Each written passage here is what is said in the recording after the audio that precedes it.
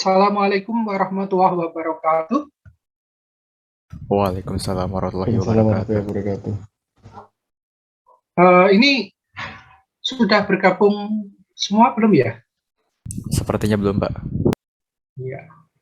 Ya, sebentar. 1 menit lagi saya mulai. Tolong yang lain diberitahu. Baik, Pak.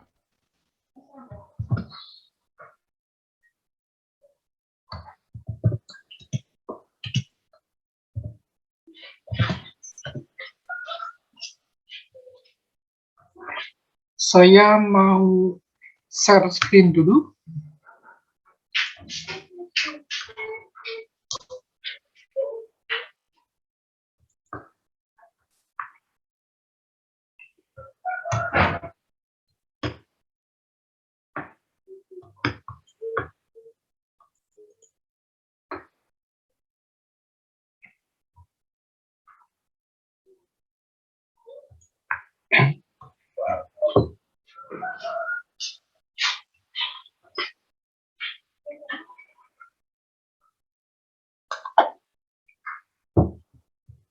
Yang saya share screen sudah terlihat? Sudah, Pak. Sudah terlihat, Pak. Ya, terima kasih. Baik, kita mulai kuliah pada siang hari ini. Seminggu yang lalu saya merencanakan memberi materi momentum linear dan tumbukan ini. Pengennya kemarin saya mau mengisi dan menjelaskan lewat Zoom, tetapi karena kemarin ada acara akreditasi internasional ya di Prodi Fisika, sehingga kemarin saya baru menjelaskan secara singkat saja, dan kemudian saya memberi tugas yang itu saya minta sudah dikumpulkan hari kemarin ya. Saya belum cek detailnya, tapi secara umum kelihatan sudah pada mengumpulkan. Nanti saya cek lagi. Mungkin karena kemarin tidak bisa masuk, saya ingin memberikan semacam penjelasan ulang tapi ringkas saja mengenai bab ini. Oh ya, sebelumnya saya ingin bercerita juga karena saya kemarin ada acara akreditasi internasional. Mungkin ada baiknya juga mahasiswa tahu ya, bahwa pada perkembangan saat ini untuk menilai suatu prodi dari perguruan tinggi itu menilai dia itu bagus atau tidak, kan suatu prodi itu diakreditasi ya. Kalau aturan-aturan yang lalu, akreditasi itu dilakukan oleh suatu lembaga nasional, artinya kalau suatu prodi itu sudah terakreditasi oleh suatu lembaga nasional, yang dalam hal ini kalau di negara kita, yang mengakreditasi suatu prodi itu dulunya adalah BAN PT atau Badan Akreditasi Nasional Perguruan Tinggi. Nah, suatu prodi yang terakreditasi itu nanti akan mempunyai status terakreditasi A atau B atau C. Atau kalau memang sangat jelek, maka statusnya tidak terakreditasi. Kalau A itu berarti statusnya paling tinggi, dia dianggap sangat bagus. Kalau B berarti hanya bagus, kalau C berarti cukup. Secara umum ABC, untuk yang sudah ABC itu berarti sudah terakreditasi nasional dan dianggap layak, dianggap baik. Sedangkan kalau tidak terakreditasi, maka mestinya diminta untuk memperbaiki, dan kalau ada prodi yang tidak terakreditasi itu kalau meluluskan mahasiswa nantinya lulusan dari suatu prodi yang pada saat wisuda itu status prodinya sedang tidak terakreditasi, lah itu kadang perlu hati-hati. Kalau di UNS, insya Allah semuanya sudah terakreditasi ya, secara nasional. Nah, dalam perkembangan selanjutnya, kalau pengakuan akreditasi nasional itu dianggap diakuinya baru secara nasional, maka pada era globalisasi seperti sekarang ini, akreditasi suatu program studi itu akan lebih dianggap berkualitas ya, kalau pengakuannya itu diperoleh secara internasional. Artinya pengakuan akreditasi itu didapat dari suatu lembaga akreditasi yang sifatnya internasional. Ada beberapa lembaga akreditasi internasional yang kadang begitu itu tergantung program studinya termasuk dalam kelompok mana. Ada kalau kelompok dari prodi kami, dari prodi fisika MIPA, itu biasanya kita acuannya ke ASIIN. Kalau yang dari teknik, itu ada acuan yang lain. Dari prodi sosial, itu juga ada acuan yang lain. Karena saya kemarin mengikuti yang ASIIN, maka saya baru bisa cerita tentang yang ASIIN. Yang kalau yang teknik, kalau yang teknik 1S kemarin baru saja diakreditasi itu yang S1 teknik mesin, itu juga baru saja diakreditasi internasional oleh suatu lembaga, saya lupa ya, VB kalau tidak salah. Nah kalau fisika ini oleh ASIIN. ASIIN itu suatu lembaga akreditasi yang berkedudukan di Jerman, begitu. Sehingga kalau dia di Jerman, maka dia dianggap dia untuk bisa menjadi lembaga akreditasi internasional itu ya juga ada beberapa syarat dan ketentuan tertentu. Dia harus mempunyai sistem yang baik, begitu, sistem, dan kemudian itu diakui oleh secara internasional, begitu. Nah, ASIIN ini juga sudah dianggap atau sudah diakui internasional, sehingga kalau suatu prodi mendaftarkan diri untuk mengikuti akreditasi ASIIN dan kemudian bisa terakreditasi, maka tentunya prodi itu dianggap sudah baik secara internasional, sehingga lulusannya akan dianggap setara dengan lulusan dari prodi-prodi lain yang sudah terakreditasi ASIIN. Karena ASIIN dari Jerman, berarti nanti pengennya lulusan kita itu ya setara dengan lulusan-lulusan dari Jerman. Jadi kalau suatu prodi itu sudah mengikuti akreditasi internasional, maka itu banyak keuntungannya untuk mahasiswa. Ya, mahasiswanya berarti dianggap lulus dari suatu prodi yang qualified. Gitu ya ceritanya, sekedar oleh-oleh karena kemarin saya tidak bisa mengajar secara full, tapi saya mengerjakan tugas lain yang insya Allah harapannya pengennya berguna juga untuk mahasiswa. Supaya nanti kalau mahasiswa dari UNS ini lulus, bisa dianggap lulus dari suatu lembaga yang baik, dan tentunya itu akan membawa manfaat untuk mahasiswa. Begitu untuk informasinya. Apakah kira-kira dari mahasiswa ada tanggapan, ada pertanyaan begitu? Ini sekedar ya hal-hal yang sifatnya umum, ya.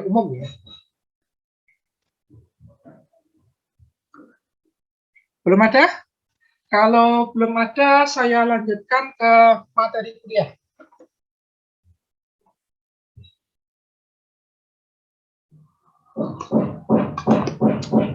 Untuk materi kuliah yang lalu, saya merencanakan untuk memberikan materi momentum linear dan tumbukan. Isi materi ini, pertama pengertian dari momentum linear, yaitu P sama dengan M kalikan P. Kemudian yang kedua, menceritakan asal-usul pengertian momentum linear ini, yaitu diperoleh dari hukum Newton 2, F sama dengan dP per dt.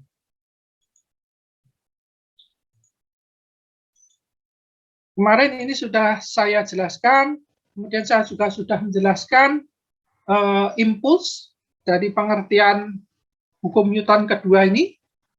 Kemarin bisa melahirkan juga pengertian impuls, samping pengertian momentum juga melahirkan pengertian impuls yang didefinisikan seperti persamaan 96 itu.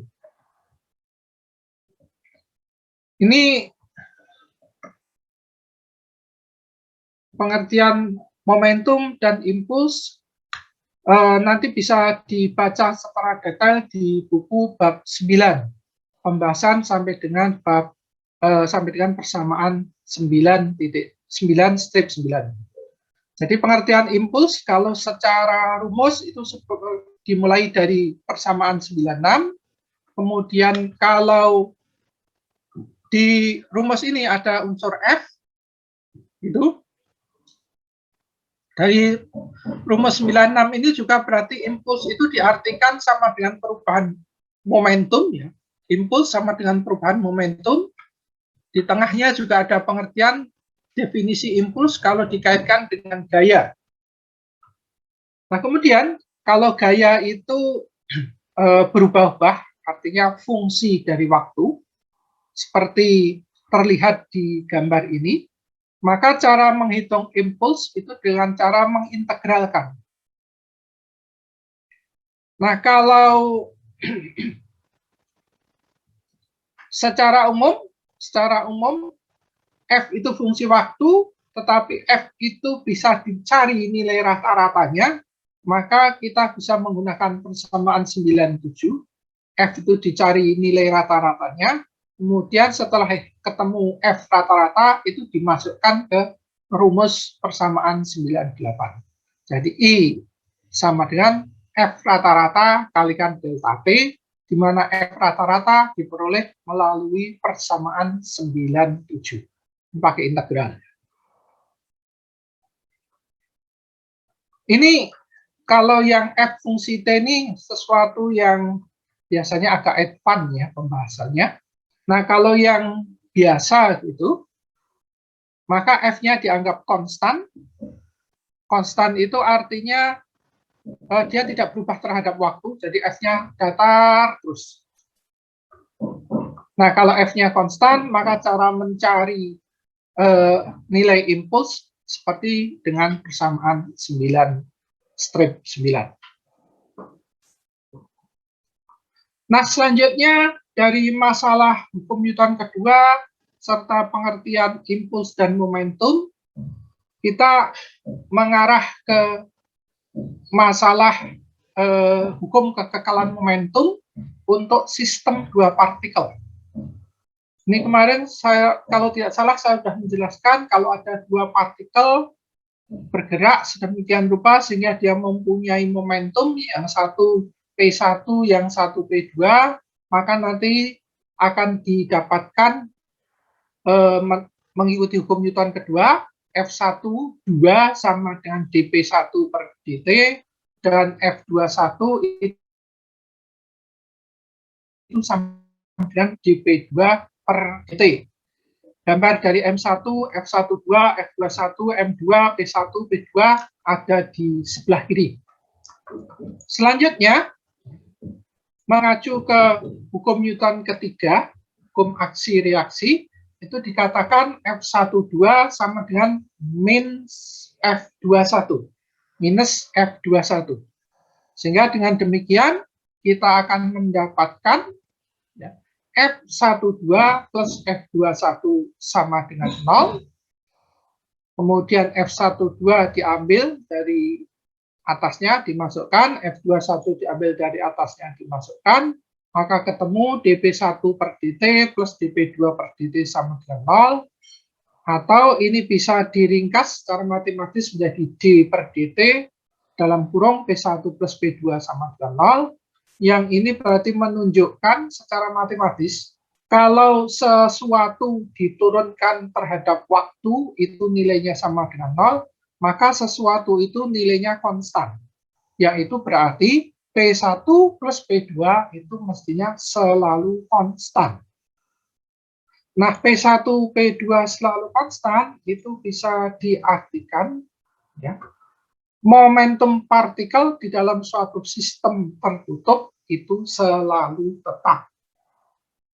Ya, ingat, ini momentum partikel di dalam suatu sistem partikel tertutup itu selalu tetap. Tertutup ini maksudnya di sistem yang ada di gambar di samping itu hanya ada M1 dan M2, kemudian di antara dua benda ini hanya ada gaya F12 dan F21. Itu artinya tidak ada gaya luar yang bekerja pada M1 dan M2 ini. Karena tidak ada gaya luar, berarti ini dianggap seolah-olah tertutup dari kondisi luar. Tertutup dari kondisi luar berarti tertutup dari segala kemungkinan gaya-gaya luar. Sehingga berlaku hukum Newton 3 dan akhirnya didapatkan P1 plus P2 sama dengan konstan. Ya, yang kemudian diartikan lebih jauh lewat persamaan 9-11, yaitu didapat hukum kekekalan momentum. Hukum kekekalan momentum yang perumusannya seperti 9-11. M1 V1I plus M2 V2I sama dengan M1 V1F plus M2 V2F. M1 massa benda 1, M2 massa benda 2, V1F itu berarti kecepatan awal dari benda 1, dan V2I kecepatan awal dari benda 2. Ingat, I berasal dari kata initial, singkatan. Initial disingkat jadi I. Kemudian V1F itu kecepatan benda 1 untuk kecepatan akhir, V2F itu berarti kecepatan benda 2 untuk kecepatan akhir. F berasal dari kata final atau akhir. Atau ringkas bisa ditulis juga P1I plus P2I sama dengan P1F plus P2F. Ini persamaan 9-12. Selanjutnya, setelah kita mendapatkan hukum kekekalan momentum seperti persamaan 9-11 dan 9-12 tadi, maka kita bisa gunakan hukum tersebut untuk mengkaji, membahas mengenai masalah tumbukan, di mana tumbukan diartikan sebagai interaksi antara partikel yang berlangsung dalam selang waktu yang sangat singkat.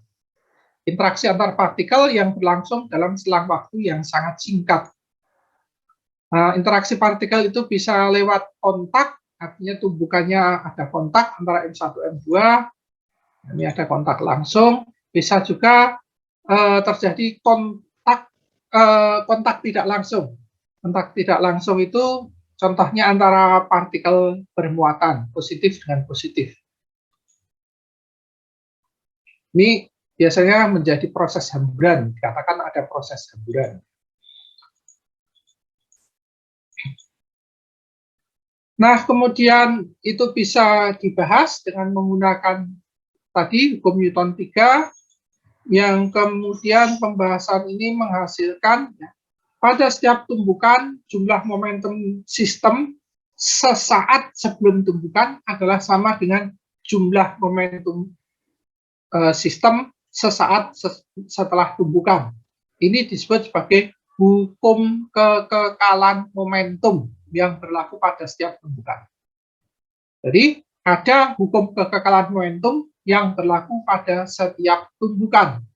Yang perumusannya ya seperti tadi, yang ini tadi, P1 yang di sini tadi, ya ini tadi, hukum kekekalan momentum. Jadi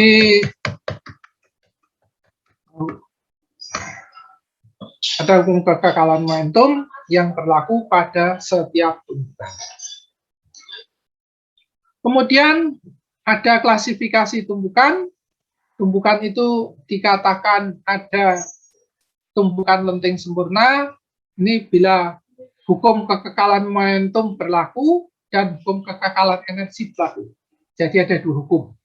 Kemudian tumbukan lenting sebagian itu hukum kekekalan energinya tidak berlaku, tapi hukum kekekalan momentumnya masih berlaku. Ya. Kalau tumbukan tak lenting sama sekali, itu definisinya setelah tumbukan kedua partikel menyatu. Nah, dari 3 jenis tumbukan itu kemudian dikaji perumusannya antara kecepatan sebelum dan sesudah tumbukan. Kalau tumbukan tak lenting sama sekali, yang dibahas yang nomor 3 dulu, yang paling bawah sendiri dulu. Tumbukan tak lenting sama sekali, gambarannya sebelum tumbukan di sebelah kiri, setelah tumbukan sebelah kanan. Dengan menggunakan hukum kekekalan momentum, bisa ditemukan persamaan 913, dan akhirnya ketemu VF seperti persamaan 914. Kemudian untuk tumbukan lenting sempurna dalam satu dimensi, ya, dalam satu dimensi kita bahasnya. Sebelum tumbukan seperti itu, setelah tumbukan menjadi seperti itu, ya. Ingat tumbukan lenting sempurna tadi, definisinya pada tumbukan tersebut berlaku hukum kekekalan momentum dan kekekalan energi, sehingga kita bisa menggunakan hukum kekekalan momentum, diperoleh 916, kemudian diperoleh juga 917, akhirnya diperoleh 918, diperoleh 919, gitu ya, hukum kekekalan momentum.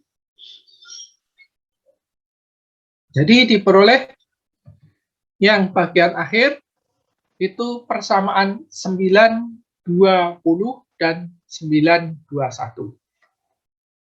920 dan 921.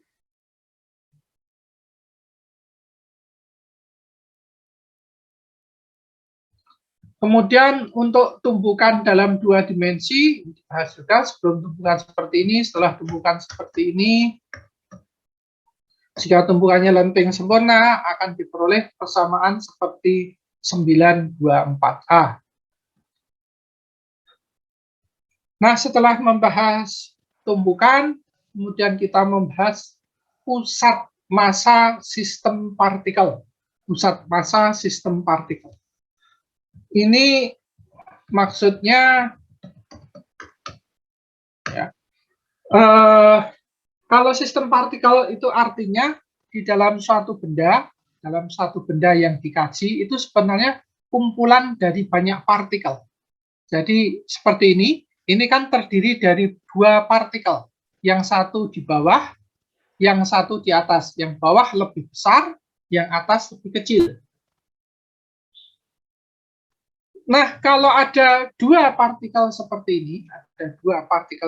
ini, yang bawah lebih besar, yang atas lebih kecil, dan kemudian partikel ini kalau bergerak, begitu,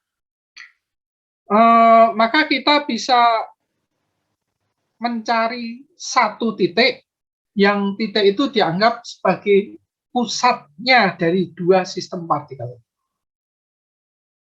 Jadi pusatnya dari 2 sistem partikel tersebut.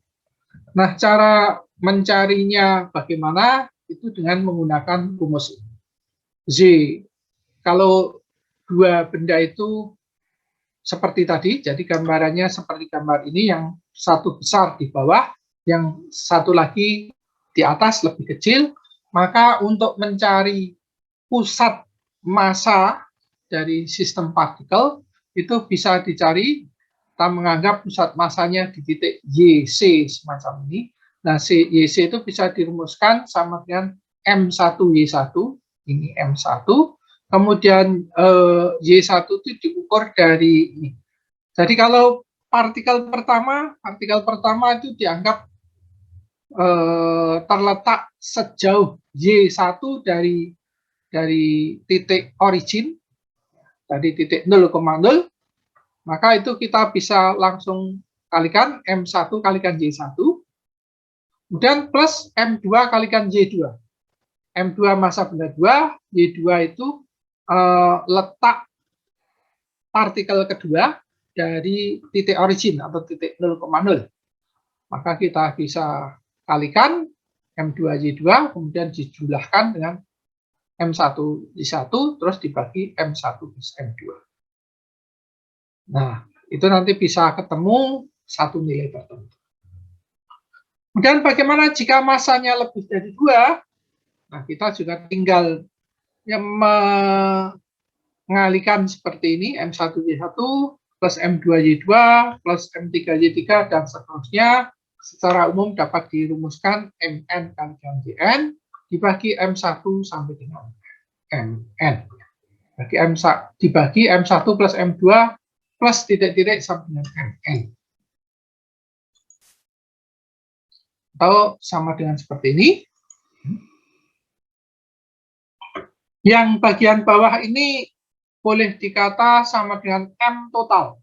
M total itu berarti massa dari seluruh benda.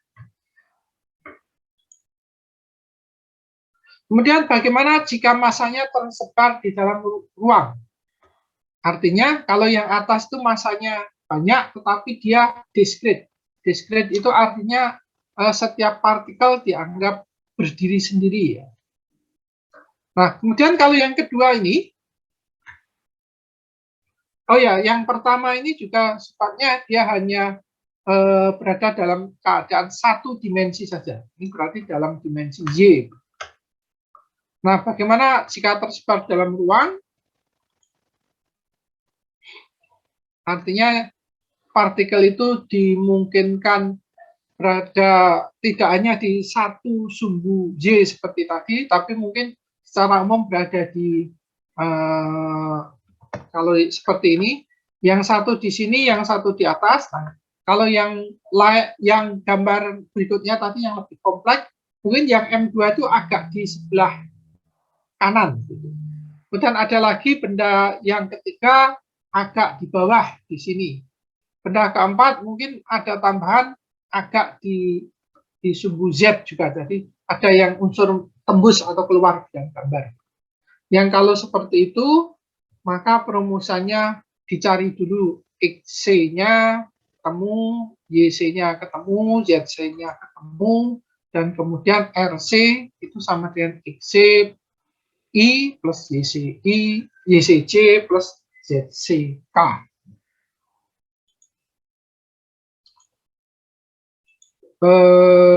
Sehingga ketemu seperti ini. Kemudian kemarin saya mengatakan ya, secara umum itu yang jadi materi. Kalau sistem partikel kemarin saya mengatakan ini silahkan dipelajari ya, gerak sistem partikel ini. Sistem partikel itu berarti maksudnya kalau partikel tunggal itu berarti partikelnya hanya satu. Nah, kalau sekarang partikelnya ada banyak, lebih dari satu, maka kita mengatakan ada gerak sistem partikel. Nah, kalau gerak sistem partikel itu kecepatannya tadi kan sudah ditemukan adanya RC tadi. Ya. RC atau titik acuan, di mana RC itu tadi kan ya maaf. Nah, kalau RC itu kan maksudnya di sini sama dengan ini tadi kan kalau partikelnya menyebar di banyak ruang ya, itu kan rumusnya XC I plus YC, J plus YC, K itu, mana XC, YC, YC itu diperoleh dari ini. Ya. Kemudian RC itu dari rumus ini, kalau ini dimasukkan semua, ternyata diperoleh bahwa RC itu sama dengan sigma MI kalikan RI dibagi M. M ini massa total, kalau MI RI itu ya berarti ini tadi MIRI ya, RI-nya itu kan XII plus JIJ plus ZIK. Nah, itu maksudnya RI. Ya, seperti ini. Jadi ini untuk partikel yang sifatnya discontinue. Jadi sistem banyak partikelnya itu discontinue. Discontinue artinya setiap partikel berdiri sendiri. Nah, kemudian bagaimana kalau sistem partikelnya itu kontinu? Artinya bendanya pejal. Begitu. Jadi kalau yang ini tadi kan seolah yang sebelumnya antar partikel itu seolah-olah ada jarak. Nah, kalau sekarang dianggap partikelnya itu seolah-olah menyatu, tapi sebenarnya kumpulan dari banyak partikel dan antar partikel itu jaraknya kecil. Ya, maka kita bisa mencari pusat massa juga. Rumusnya berasal dari rumus ini tadi RC sama dengan RI dot delta MI. Ya, ini tapi pakai sigma. Kemudian kalau bendanya itu kontinu, maka nanti dianggap delta MI-nya mendekati 0. Delta MI-nya mendekati 0, sehingga kita bisa dapatkan RC itu menjadi berbentuk integral seperti RC sama dengan 1/M kalikan integral R di M.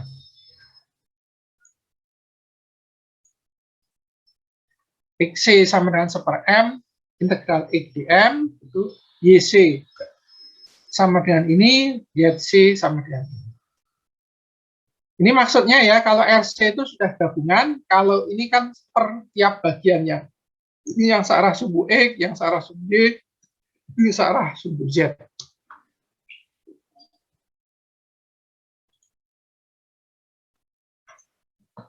Nah, setelah kita bisa mendapatkan rumus untuk RC, pusat massa, C itu center mass, berasal dari singkatan atau kepanjangan center mass, pusat massa.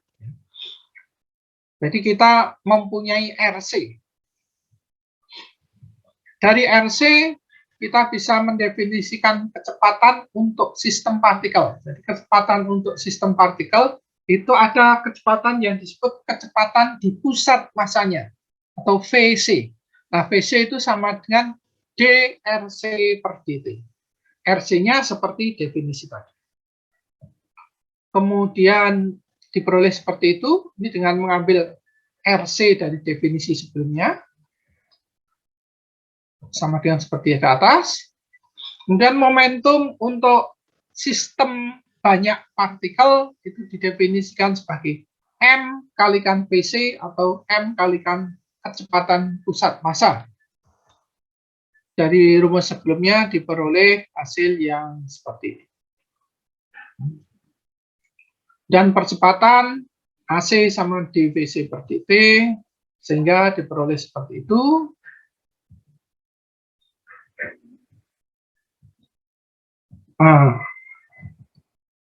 Dan akhirnya diperoleh secara lengkap untuk gerak sistem partikel itu bisa ditinjau dengan melihat gerak dari pusat massanya.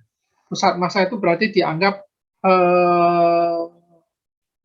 semacam perwakilan ya, mewakili dari keadaan banyak partikel. Jadi banyak partikel itu seolah-olah terpusat di pusat massanya.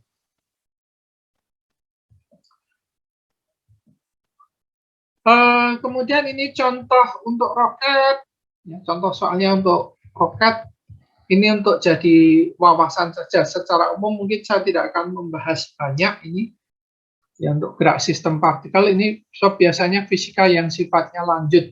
Jadi ini untuk semacam memberikan wawasan pada Anda bahwa di mekanika, di samping kita membahas ada gerak dari partikel tunggal, jadi ada mekanika untuk partikel tunggal, itu juga ada mekanika untuk sistem banyak partikel. Nah, kalau mekanika untuk sistem banyak partikel, itu bisa semacam, banyak partikelnya itu bisa semacam diwakili oleh keadaan di pusat massanya. Jadi ada RC tadi. Yang nanti dari RC bisa menghasilkan ada kecepatan di pusat massa, momentum di pusat massa, percepatan di pusat massa. Dan kemudian ini adalah contoh soalnya. Silahkan ini dipelajari sendiri. Silahkan juga dibaca bab yang terkait materi ini di buku Fisika Survey. Dan penjelasan saya sampai di sini untuk bab momentum linear dan tumbukan. Apakah dari mahasiswa ada pertanyaan?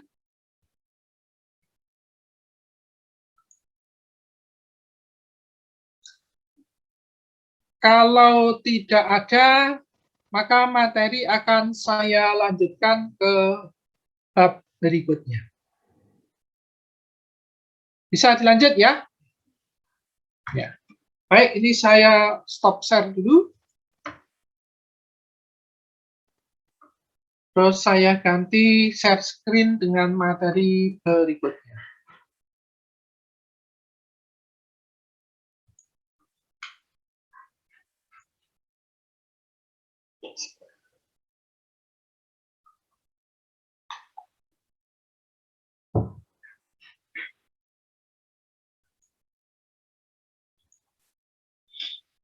Apakah sudah terlihat? Di sini saya menampilkan bab 10 tentang rotasi benda tegar di sekitar sumbu tetap.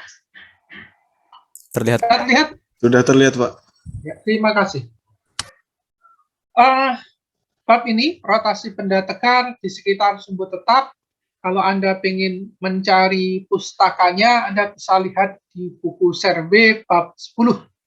Judul aslinya Rotation of Rigid Object About of Fixed Axis.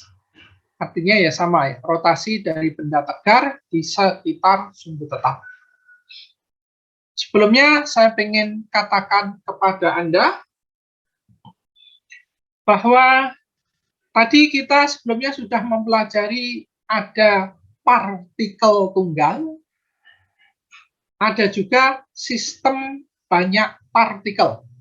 Jadi mekanika itu mengkaji partikel tunggal, bisa juga mengkaji sistem banyak partikel. Nah, kalau secara umum benda-benda padat yang ada di sekitar kita, itu kan sebenarnya kumpulan dari banyak partikel. Jadi dianggap benda-benda padat, buku, ataupun papan tulis, penghapus, meja, kursi, dan sebagainya, itu kan kumpulan dari partikel-partikel kecil yang menyusun benda padat itu. Khusus untuk benda padat, itu secara umum biasanya bentuknya selalu tetap. Bentuknya selalu tetap. Karena benda padat itu kan memang berbeda kalau seperti dengan cairan gitu. Kalau cairan itu kan,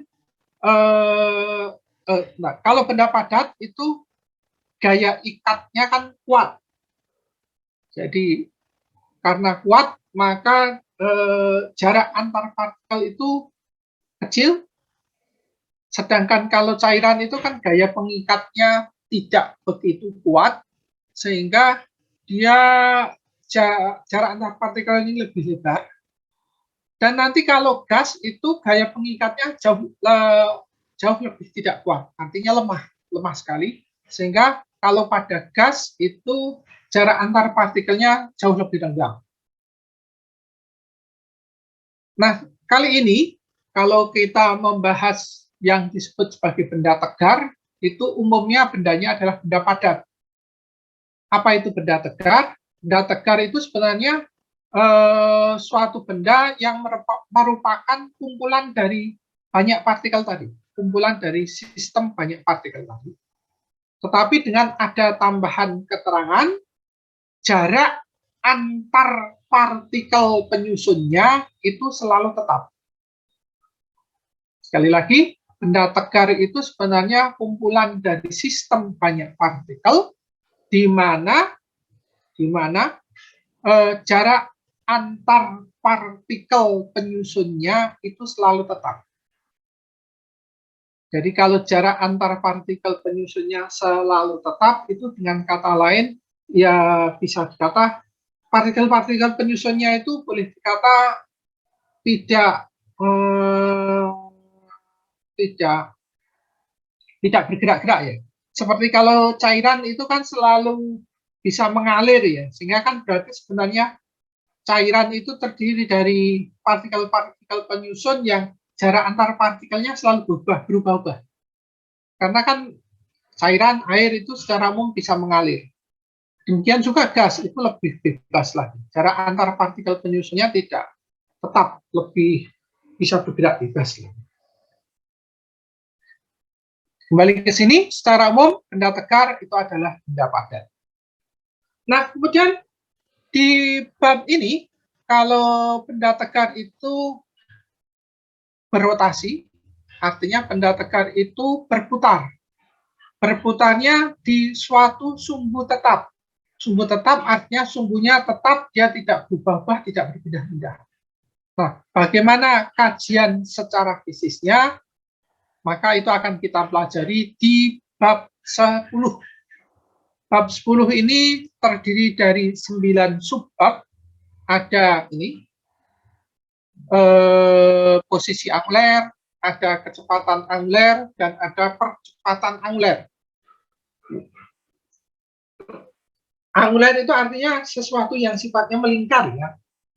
Jadi kalau dulu kita sudah di kinematika, di bab-bab awal dulu, kita sudah membahas tentang displacement atau pergeseran, ya, atau juga jarak gitu. Tapi yang sifatnya linear, tidak ada unsur melingkarnya. Kemudian dari displacement dan jarak yang sifatnya linear, kita sudah menurunkan untuk mendapatkan kecepatan linear. Dari kecepatan linear kita turunkan, kita sudah mengetahui adanya percepatan linear. Maka di subbab 10.1 ini kita akan membahas kalau posisi ini kalau diartikan lebih luas lagi kan jadi displacement atau jarak itu tadi, ya.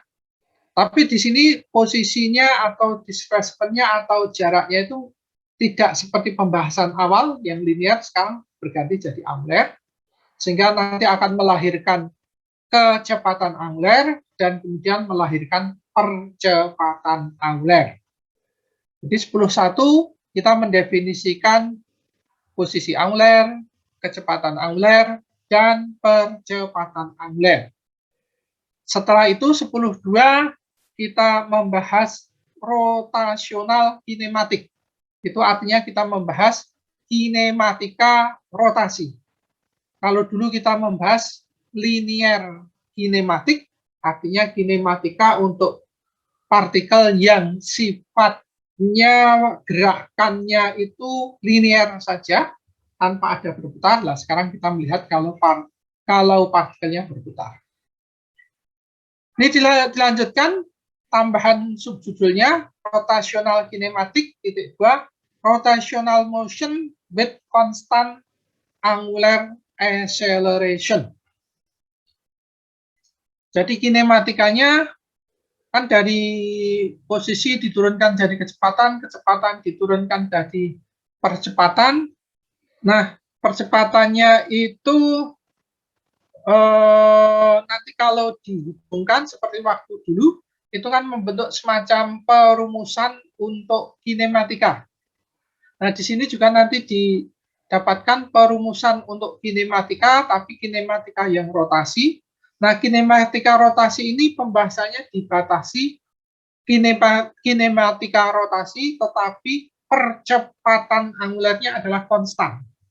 Dulu ketika kita membahas kinematika linear, itu juga kita membatasi untuk percepatan linearnya adalah konstan juga, tidak berubah-ubah. Nah, kita sekarang juga untuk kinematika rotasi juga membatasi percepatan angulernya juga konstan. Kemudian 10.3 kita membahas kuantitas, artinya besaran-besaran anguler dan besaran linear. Ini artinya dari besaran linear, kecepatan linear, percepatan linear, dan jarak atau perpindahan linear itu kemarin kita sudah punya rumusnya, dan di bab ini kita juga punya rumus atau persamaan untuk besaran anguler. Nah, itu bagaimana hubungan antara besaran-besaran linear dan besaran anguler. Nah, itu akan kita bahas. Dan 10.4 kita membahas energi kinetik rotasi. 10.5 membahas momen inersia, perhitungan momen inersia. Apa itu momen inersia akan kita lihat nanti. Kemudian torka itu apa akan kita lihat nanti. 10.7 membahas hubungan antara torka dan percepatan angular. 10.8 membahas work, power, dan energi di gerak linear, gerak rotasi ya. Dan 10.9 membahas gerak berputar, gerak menggelinding dari suatu objek yang rigid. Jadi mudahnya benda padat yang bergerak.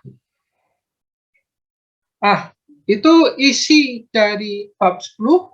Secara umum seperti itu. Untuk detailnya kita lihat.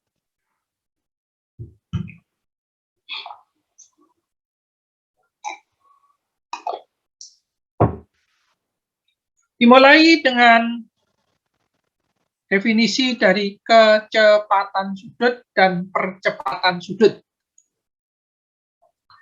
Untuk membahas kecepatan sudut dan percepatan sudut ini, kita mulai dengan memperlihatkan suatu benda. Benda ini boleh dikatakan bentuknya tidak beraturan. Tapi di dalam bentuk beraturan ini kita bisa mengambil satu bagian yang dianggap ini lingkaran, gitu ya.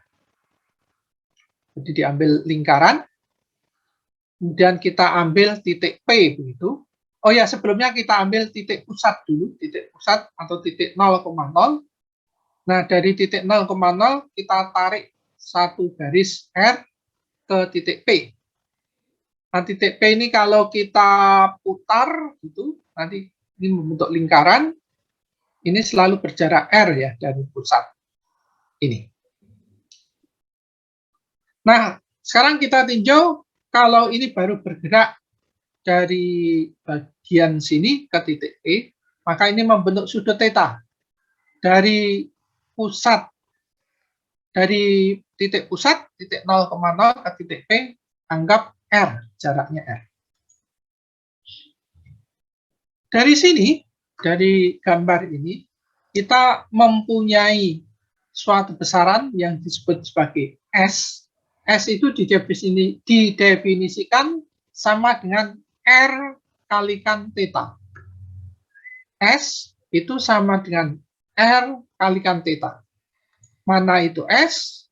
S itu maksudnya lintasan yang ada di depan sudut theta. Jadi lintasan yang lintasannya yang mengikuti garis lingkaran ini ya. Nah, itu S. Ingat, S itu sama dengan R kalikan theta. Kemudian posisi sudut dari persamaan sebelumnya, maka kita dapatkan theta sama dengan S per R. Selanjutnya, kita mempunyai apa yang disebut sebagai kecepatan sudut rata-rata. Kecepatan sudut rata-rata. Ini artinya pengertiannya itu sama seperti ketika kita dulu mempelajari kinematika tapi yang linear dulu. Di kinematika linear itu kan juga ada pengertian ya, kecepatan rata-rata ya. Di sini memunculkan kecepatan sudut rata-rata. Nah, untuk membahas kecepatan sudut rata-rata, kita lihat gambar yang di bawah. Benda mula-mula di titik P pada waktu T1. Sesaat kemudian, benda berada di titik Q pada waktu T2. Di P atau T1, ini sudutnya θ1. Kemudian di Q atau pada T2, sudutnya θ2. Ingat, dari titik 0 ke titik P itu jaraknya R, dari titik 0 ke Q itu jaraknya juga R. Selalu sama dengan R karena ini gerak melingkar, lingkarannya sempurna, sehingga R itu adalah jari-jari lingkaran.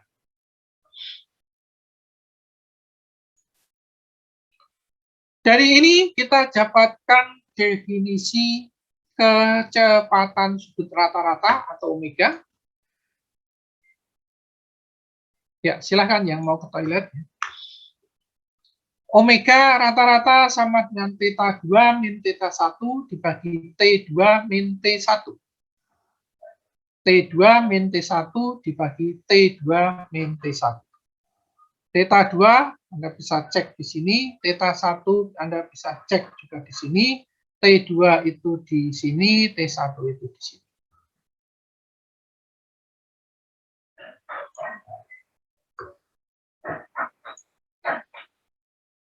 Dari itu kita dapatkan ini sama dengan delta T per delta theta per delta T. Proof 2. Selanjutnya, ya, dari pengertian kecepatan sudut rata-rata, kalau melangkah lebih jauh, bisa menjadi kecepatan sudut sesaat. Di mana kecepatan sudut sesaat itu didefinisikan sebagai omega sama dengan limit dari kecepatan sudut rata-rata tadi, yang delta T per delta theta per delta T, di mana delta T-nya dianggap mendekati 0. Di omega sama dengan limit delta T per delta limit delta theta per delta T untuk delta T mendekati 0. Ini sebenarnya sama, ya, analog dengan pengertian dari kecepatan sesaat yang tanpa kata tambahan sudut, ya. Kecepatan sesaat yang dulu pernah dibahas. Sehingga ini sama dengan d theta per dt. Menjadi diferensial dari theta terhadap t. Dan ada percepatan sudut rata-rata. Pengertiannya juga mengambil cara di atas, alfa rata-rata atau alfa bar, ya. Kadang ada yang menyebut kalau ada tanda di atas ini alfa bar gitu. Nah, alfa rata-rata ini sama dengan omega 2 min omega 1 dibagi T2 min T1 atau sama dengan delta omega per delta T, dan nanti percepatan sudut sesaat itu sama seperti di bawah, yaitu alfa sama dengan limit delta omega per delta T untuk delta T mendekati 0, yang ini artinya sama dengan d omega per dt atau diferensial omega atau turunan dari omega terhadap t. Sampai di sini apakah ada pertanyaan?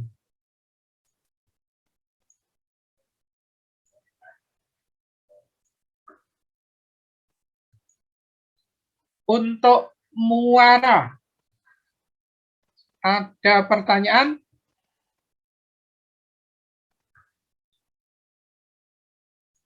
Belum ada, Pak. Untuk Najwa Mumtaz, ada pertanyaan? Najwa ada? Belum ada, Pak. Jihan Safira Zahra, ada pertanyaan? Belum ada, Pak. Belum ada. Oke. Dianggap paham. Lanjut lagi. Saya sambil minum dulu ya.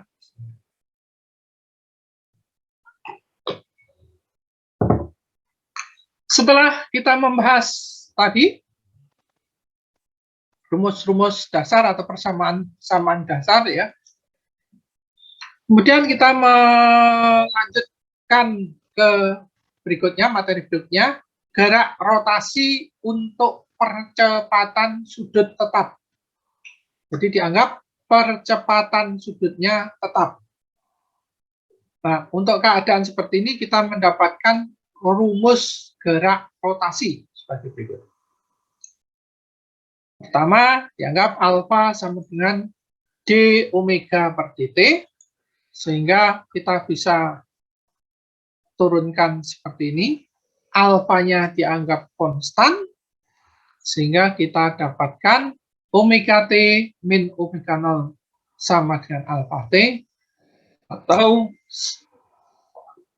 hasil akhir seperti 10/6. Omega T sama dengan omega 0 plus alfa kalikan T. Dan dari rumus omega sama dengan d theta dibagi dt, ini kita bisa jadikan seperti ini. Ini kan tinggal dt-nya tetap di sebelah kanan, d theta-nya tetap di sebelah kanan, dt-nya pindah ke kiri. Dan kemudian ditukar lagi sehingga menjadi d theta sama dengan omega dt. Nah, karena ini yang sebelah kiri ada dt, yang sebelah kiri ada d theta, yang sebelah kanan ada dt, maka itu kita bisa integralkan keduanya seperti ini, sehingga kemudian diperoleh ini baris kedua ini. Omega itu kita ambil persamaan 10/6 sama dengan omega 0 plus alfa T. Maka hasilnya adalah seperti berikut. Theta T min theta 0 sama dengan omega 0 T plus setengah alfa T kuadrat. Seperti persamaan 10/7. Atau kita dapatkan persamaan 10/8.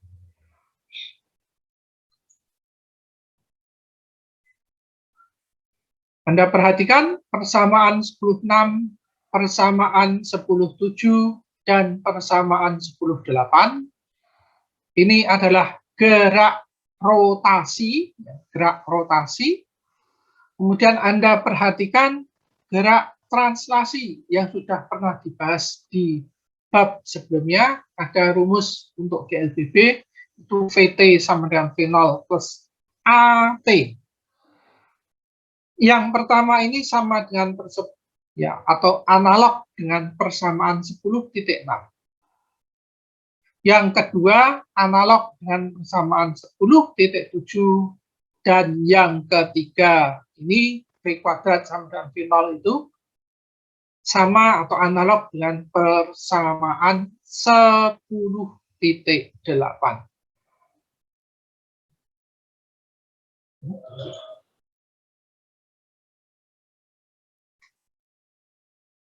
Selanjutnya pertanyaan, adakah relasi antara besaran sudut dan besaran linier? Jadi secara umum kita melihat ini pertama ada analogi, ada bentuk yang sama, mirip. Ini omega T, ini VT, ini sama dengan omega 0, sama dengan V0, terus plus alfa T, ini plus AT. Ini kan bentuknya mirip. Yang kedua juga mirip, dan yang ketiga juga mirip. Selanjutnya ini memunculkan pertanyaan, adakah relasi atau hubungan antara besaran sudut dan besaran linier? Jawabannya sebagai berikut. Kecepatan linier untuk keadaan ini, kalau kecepatan sudut tadi d theta per dt, d theta per dt. Nah, kalau kecepatan linier itu ds per dt. ds itu yang depan. ds per dt, kemudian S sama dengan R kalikan theta, maka kita dapatkan P sama dengan R kalikan D theta per dt. Atau V sama dengan R omega. P sama dengan R kalikan omega. Atau V sama dengan omega R.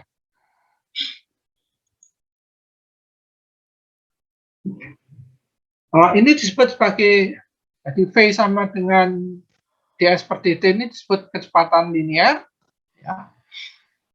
Kalau yang omega sama dengan d theta per dt itu kecepatan angular. Jadi ada kecepatan linier, ada kecepatan linear, ada kecepatan angular. Ya. Angular itu omega yang sama dengan d theta per dt ya. Linear itu v yang sama dengan ds per dt. Dan ternyata hubungan antara kecepatan linear dan kecepatan angular itu ada hubungan, maksudnya hubungannya lewat seperti persamaan 10.9. Kemudian ada percepatan tangensial. Percepatan tangensial itu gambarannya sebagai berikut. Jika pada titik P tadi, ini kan ada V yang arahnya ini secara umum membentuk sudut 90 derajat terhadap R, atau secara umum ini semacam gradien dari lintasan ini. Nah, tapi pokoknya intinya membentuk sudut 90 derajat dengan R itu. Ini nanti disebut AT, jadi dia membentuk percepatan tangensial. Jadi percepatan yang arahnya ini tegak lurus R itu disebut percepatan tangensial atau AT.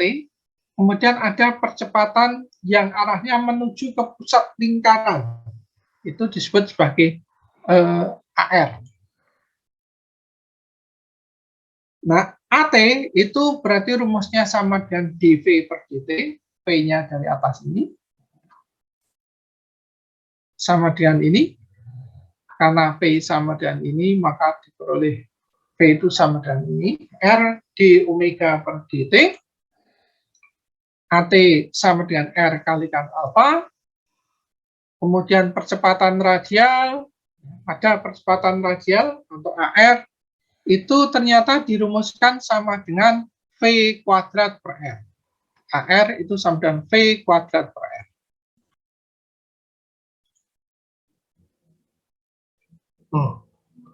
Karena V ini ya, yang di atas tadi, ini rumusnya sama dengan R omega, V sama dengan R omega, maka kalau dimasukkan ke sini, itu sama dengan R kalikan omega kuadrat. Nah, jadi di gerak ini ada dua percepatan, yang satu percepatan tangensial, yang satu percepatan radial. Kalau keduanya ada, maka ini akan membentuk percepatan total yang nilainya sama dengan ini, akar dari AT kuadrat plus AR kuadrat.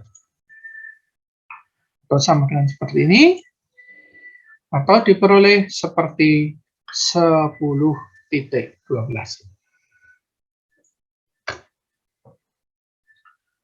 Apakah ada pertanyaan sampai di sini?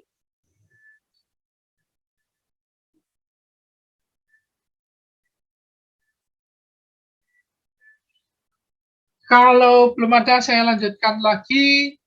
Ini ada energi kinetik rotasi. Energi kinetik rotasi. Ini kembali kita bahas yang ini. Kalau ini kita membahas sekarang ada banyak partikel, kemudian kita menganggap ada partikel KI, itu. Jadi ini MI, itu maksudnya partikel KI yang mempunyai massa MI itu. Ini dianggap bergerak melingkar seperti tadi, jadi ada theta, ada RI, ini MI, kemudian ada PI yang arahnya ke sana. Nah, energi kinetik partikel yang KI, jadi kalau partikel KI ini di sini, mungkin ada partikel ke yang lain itu mungkin agak di sebelah atas atau di mana gitu. Nah, kita sekarang meninjau yang partikel MI saja. Nah, ini mempunyai energi kinetik yang seperti ini, setengah MI VI kuadrat.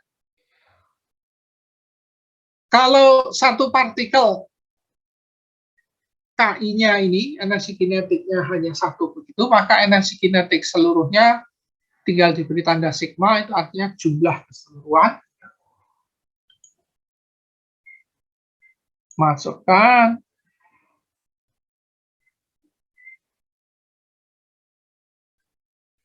Ketemulah ini. Nanti ketemu juga ya. Setengah MI VI ya. VI-nya ini VI kuadrat, kemudian VI tadi kan di persamaan sebelumnya kan sama dengan omega R. Maka VI ini bisa dijabarkan menjadi omega RI. Sehingga kalau VI-nya VI kuadrat, maka menjadi omega kuadrat kalikan RI kuadrat, atau bisa juga ditulis terbalik menjadi RI kuadrat omega kuadrat. Sehingga kita dapatkan seperti ini, K sama dengan ini. Nah, ini disebut sebagai momen kelembaban. Momen kelembaban, atau I sama dengan MI RI kuadrat, ini momen kelembaban. Nah, momen kelembaban ini disimbolkan dengan I, sehingga K itu sama dengan setengah I omega kuadrat. Nah, momen kelembaban untuk benda pejal, jadi sampai di sini kita mendapatkan definisi untuk besaran baru yang disebut sebagai momen kelembaban. Definisi ini diperoleh dari pengertian energi kinetik untuk sistem banyak partikel ya. Jadi momen kelembaban itu tadi kalau momen kelembaban ini maksudnya kalau ada partikel pertama itu M1 kemudian berjarak R1, partikel kedua M2 berjarak R2, partikel 3 M3 berjarak M3 begitu, maka I-nya nanti akan sama dengan M1 R1 kuadrat ditambah M2 R2 kuadrat ditambah M3 R3 kuadrat dan seterusnya. Sampai semua partikel bisa dijumlahkan, akhirnya itu sama dengan I, dan I itu nanti dimasukkan ke rumus K, sehingga diperoleh K sama dengan setengah I omega kuadrat.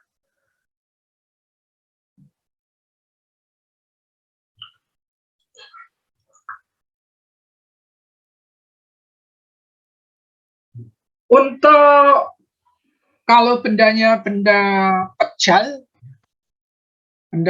itu artinya bendanya itu kalau katakanlah bus itu berarti di dalamnya isi, tidak ada ruang kosongnya. Jadi semuanya terisi, tidak ada benda yang kosong. Maka I itu dirumuskan seperti ini. Limit sigma R kuadrat dm menjadi seperti ini.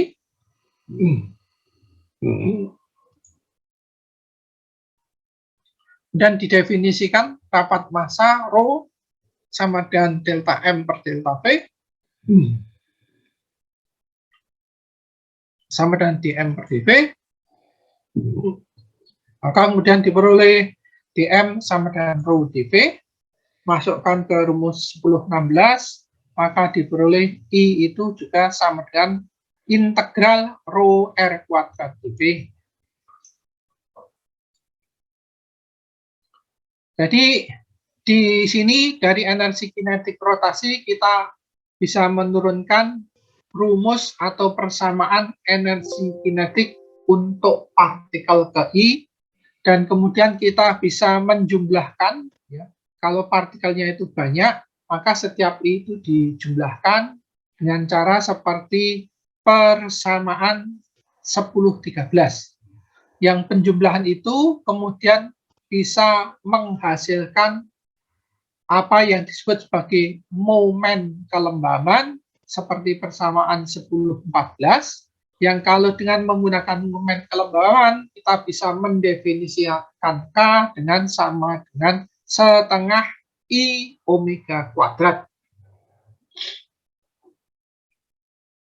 Selanjutnya kalau didefinisikan rapat massa seperti itu, rho sama dengan dm per dv, maka kita bisa dapatkan momen kelembaban yang seperti persamaan sebelumnya menjadi I sama dengan integral rho R kuadrat dV.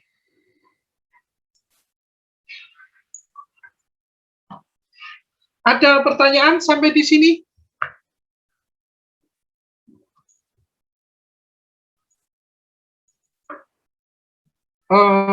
Untuk Julie Fansah, ada Julie Fansah?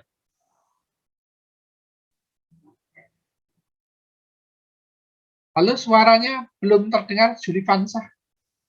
Julie Fansah ya, Julie Fansah FD ada? Tes. Oh, sebentar. Oh, mic-nya rusak ya, oke. Kalau Maulidat Mirza ada? Ada, Pak. Ya. Apakah ada sesuatu yang tidak dipahami dari penjelasan ini? Sejauh ini alhamdulillah cukup paham, Pak. Kananya Aurelia, ada pertanyaan? Belum ada, Pak. Belum ada, oke. Saya lanjut lagi ke teorema sumbu sejajar. Nah, ini terkait tadi sudah ada definisi tadi momen tadi ya, momen kelembaban ini atau momen inersia ini, momen kelembaban ya, momen kelembaban seperti ini. Secara umum momen kelembaban, ingat momen kelembaban itu kalau partikelnya dianggap discontinue, itu rumusnya pakai 1014, tapi kalau secara umum partikel-partikel penyusunnya itu continue ya, saling nyambung gitu, ini bisa pakai persamaan 1016. Atau bisa langsung juga pakai persamaan yang di bawah pakai ada rho. Nah, selanjutnya kita ke teorema sumbu sejajar. Jika IC adalah momen kelembaban benda terhadap sumbu putar yang melalui pusat masanya, maka momen kelembaban benda terhadap sembarang sumbu putar yang sejajar dan berjarak D dari sumbu tersebut adalah I sama dengan IC plus M di kuadrat sama 10/11. Pahami? IC adalah momen kelembaban benda putar terhadap sumbu putar yang melalui pusat masanya. Jadi kalau sumbu putar itu melalui pusat massa itu sudah didefinisikan tadi. Kemudian momen kelembaban benda terhadap sembarang sumbu putar yang sejajar dan berjarak D.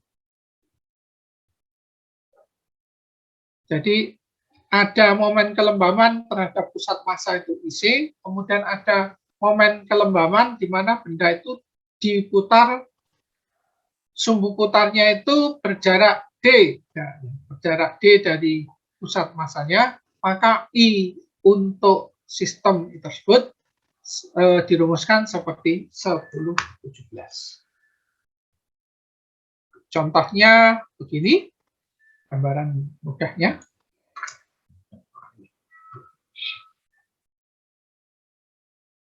Kalau pusat massanya itu ada di C begini. Kalau benda itu diputar di pusat massanya di C ini, jadi muternya itu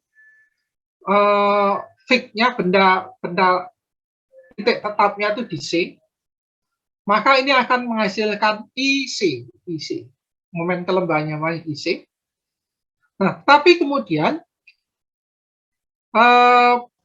ini titik tetapnya itu diganti sejauh D dari C di sini, maka I yang baru itu dirumuskan I sama dengan IC plus M kalikan D kuadrat.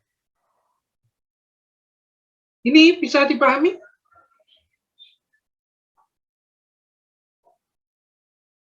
Tidak ada pertanyaan? Baik, lanjut. Sekarang ke momen gaya. Jadi sebenarnya gini, sampai di sini kita masih membahas secara umum, ini masih bagian dari kinematika ya. Kinematika benda putar. Nah, sekarang di sini kalau kita sudah mulai membahas momen gaya, ini kita mulai membahas dinamika dari gerak berputar. Nah, ini kita mempelajari momen gaya.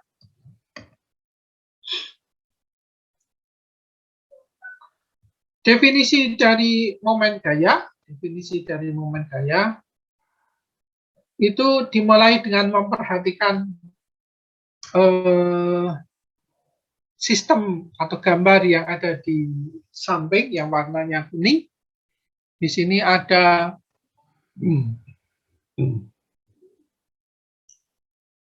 benda itu terletak di satu sumbunya di sini.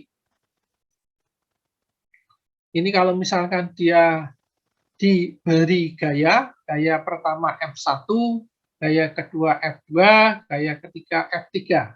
Ingat, ini titik pangkal gaya di sini yang F1, yang F2 di sini, sedangkan yang F3 itu di sini, titik pangkal gayanya. Arah gaya, Anda perhatikan kalau F1 ke sana, F2 ke bawah, F3 secara umum ke atas, tapi agak mincong sedikit. Nah, dari hal ini, jadi benda ini diberi gaya seperti F1, F2, dan F3. Keadaan benda seperti yang warna kuning, dia berputarnya sedemikian rupa seperti gambaran ini. Nah, dari sini kita bisa mendefinisikan momen gaya. Momen gaya itu tau sama dengan R kalikan F kalikan sin V. V itu ini. Jadi kita tinjau yang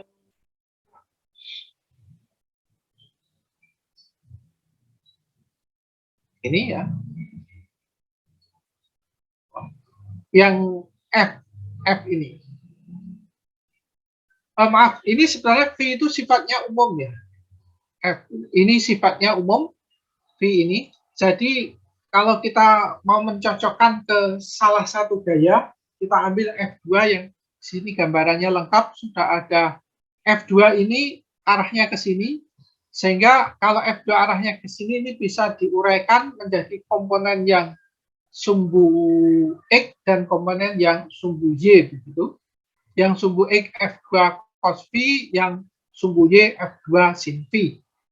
Ini sudut V-nya.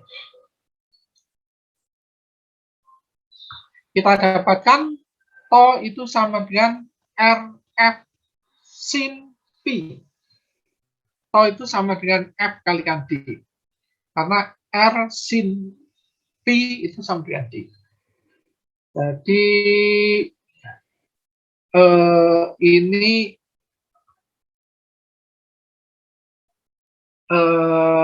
F-nya, ini F-nya, kemudian F sin P lah ya.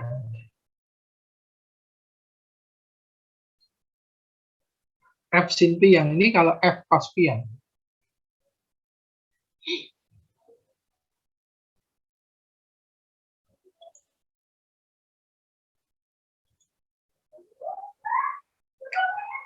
Nah, ini coba Anda pelajari bagian ini ya. Anda pelajari dulu momen gaya ini.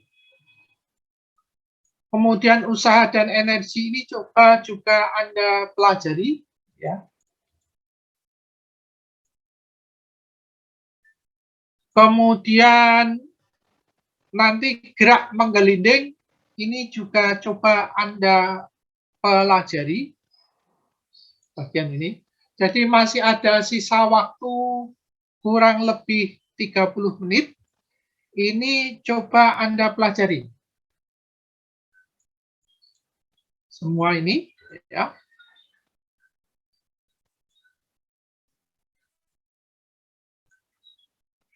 Kemudian sampai sini, bagian ini juga coba Anda pelajari. Anda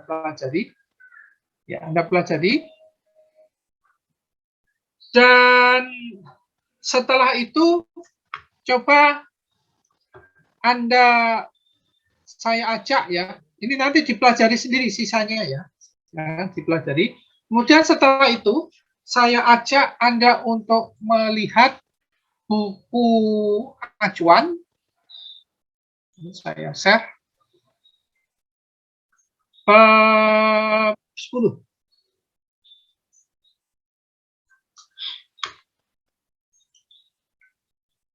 Ini saya ganti, sudah terlihat? Sudah, Pak. Ini buku bab 10, rotasi dari benda tegar. Ini 10.1 itu definisi dari ini, tadi sudah saya sampaikan. 10.1, 10.2 ini juga, ini sudah saya sampaikan. Nah, selanjutnya nanti Anda lihat quiz semacam ini, kemudian coba Anda memikirkan jawabannya. Kemudian contoh soal yang seperti ini, coba Anda pelajari. Ya, pokoknya Anda pelajari. Soal seperti apa, jawaban seperti apa. Terus nanti ke 10.3, ini teorinya sudah saya berikan tadi. Terus ada quiz 10.5, 10.6 ini coba Anda pelajari. Ya. Terus ini coba Anda pelajari juga. Ini kan contoh soal dan jawaban sudah ada. Ya. Kemudian ini 10.4 Anda pelajari juga. Ini kalau ada quiz, ada contoh soal Anda pelajari. Ini kemudian ini ada I sama dengan ICM plus, ini tadi kan teorema sumbu sejajar tadi ya. Nah, ini contoh-contohnya, silahkan Anda pelajari. Maksudnya begini, kalau tadi secara umum saya baru mendefinisikan ICM saja atau IC itu tadi ya. Nah, ternyata IC itu kalau untuk benda-benda tertentu orang sudah bisa merumuskan ketemu yang seperti ini tabelnya. Sehingga kalau ini di pusat di, ya ini ada keterangan sesuai dengan keadaannya, jadi IC-nya seperti ini. Nah, ini tolong dipelajari juga. Ya paling tidak Anda pelajari sampai di sini dulu. Ya, Anda pelajari sampai di sini. Kemudian sekali lagi contoh soal dan quiz itu tolong Anda baca, Anda pelajari. Ini saya minta Anda mempelajari itu tidak PR, tidak maksudnya PR tapi tidak perlu dikumpulkan. Cukup untuk Anda pelajari sampai dengan ini sisa waktu 3:30, juga bisa nanti Anda teruskan di waktu yang lain. Yang harapannya Anda paham teorinya dan Anda bisa memahami jawaban yang tepat dari setiap pertanyaan. Misalkan quiz, kemudian sudah ada contoh soal, terus nanti kalau diberi soal yang serupa Anda bisa paham. Saya tidak minta itu dikumpulkan, tapi coba setelah itu Anda cari di problem contoh-contoh soal serupa dan kemudian Anda pikirkan jawabannya di ini question and problem. Anda cari contoh soal serupa yang ada di sini dan Anda pikirkan jawabannya, dan kemungkinan nanti di UAS ujian akhir semester saya bisa mengeluarkan soal-soal yang terkait seperti ini. Jadi tidak dikumpulkan, tetapi ada kemungkinan soal-soal serupa saya ambilkan dari bab ini. Terus kalau waktunya masih ada, pelajari bab 10 ini sampai selesai, 10-6 torka sampai dengan ini, gerak mengelinding. Terutama gerak mengelinding ini coba Anda pelajari dengan baik. Ya. Kalau dari Anda mempelajari itu ada pertanyaan, silahkan bisa dituliskan di grup WA dan nanti akan saya jawab di perkuliahan yang akan datang. Atau bisa juga ditulis di Google Classroom.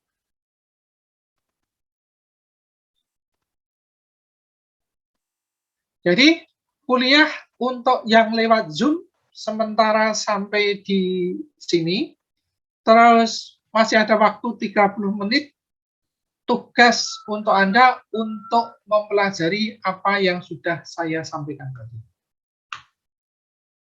Apakah ada pertanyaan?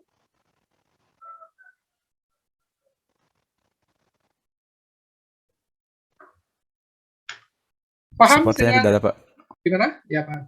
Paham ya dengan tugas yang saya sampaikan tadi? Jadi PR tapi tidak dikumpulkan, tapi kemungkinan besok keluar di ujian. Jadi harap dipelajari bab ini. Baik, kalau tidak ada kuliah lewat Zoom sementara sampai di sini, selanjutnya Anda kuliah dengan belajar sendiri sampai dengan jam 3:30, terus bisa ditambah dengan belajar di lain waktu, karena untuk kuliah fisika dasar, kalau 3 SKS ini juga ada waktu tatap muka, juga ada waktu untuk belajar sendiri. Waktu belajar sendiri itu kalau 1 SKS kan setara dengan 2 jam. Jadi di samping Anda belajar sendiri lewat tatap muka 3 jam, maka ada waktu untuk belajar sendiri 2 kalinya, jadi 6 jam. Mestinya begitu secara teori pembelajaran yang baik. Cukup sekian untuk kuliah saya, dan saya mengingatkan jangan lupa absen. Absen akan saya tutup pada jam 3:59 menit. Kalau setelah itu nanti yang tidak absen bisa dianggap tidak masuk. Jadi jangan lupa absen. Assalamualaikum warahmatullahi wabarakatuh. Waalaikumsalam. Waalaikumsalam warahmatullahi Waalaikumsalam warahmatullahi wabarakatuh. Terima kasih, Pak. Terima kasih, Pak. Terima kasih, Pak. Terima kasih, Pak. Terima kasih, Pak.